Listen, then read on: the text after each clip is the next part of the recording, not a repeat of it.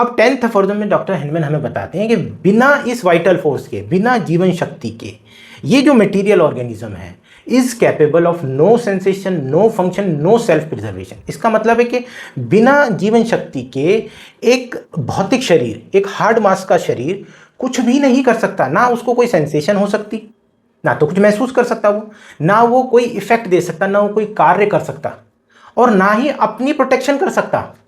वो प्रोटेक्शन भी नहीं कर सकता।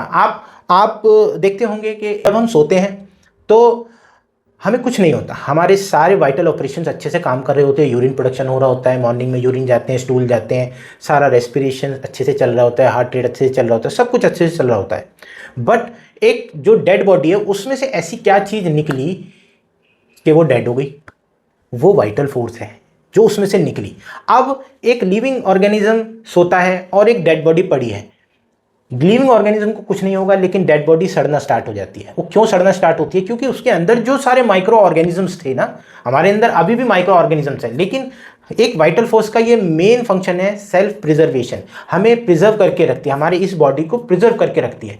जैसे वाइटल फोर्स इस शरीर को एनिमेट करना बंद कर देती है तो हमारी बॉडी अब इन सारे ऑर्गेनिजम्स के अधीन आ जाती है, इनके अंडर आ गई, अब उनकी हो गई हमारी बॉडी, और वो उसको सड़ाना शुरू कर देते हैं। तो इसका सेल्फ प्रिजर्वेशन खत्म हो जाता है। तो डॉक्टर हेनमैन बताते हैं 10th अफोरिज्म में कि जो ऑर्गेनिज्म है, मटेरियल ऑर्गेनिज्म है, अपने सारे सेंसेशंस और सारे फंक्शंस इस इमटेरियल बीइंग यानी वाइटल फोर्स, आत्मा जैसी वाइटल फोर्स के थ्रू, के वजह से ही, के द्वारा ही कर पाती है। सारे सेंसेशन और सारे फंक्शंस इस वाइटल फोर्स की वजह से ही हो पाते हैं। और सेल्फ प्रिजर्वेशन, जो वाइटल फोर्स इस मटेरियल ऑर्गेनिज्म को एनिमेट करती है हेल्दी कंडीशन में भी और डिसीज कंडीशन में भी, दोनों कंडीशंस में, हेल्थ में भी और डिसीज कंडीशन में भी वाइटल फोर्स ही मॉनिटर कर रही है। जैसे ही वाइटल फोर्स खत्म, अगर बिना वाइटल फोर्स के अब ये जो भौतिक शरीर है ये डेड है।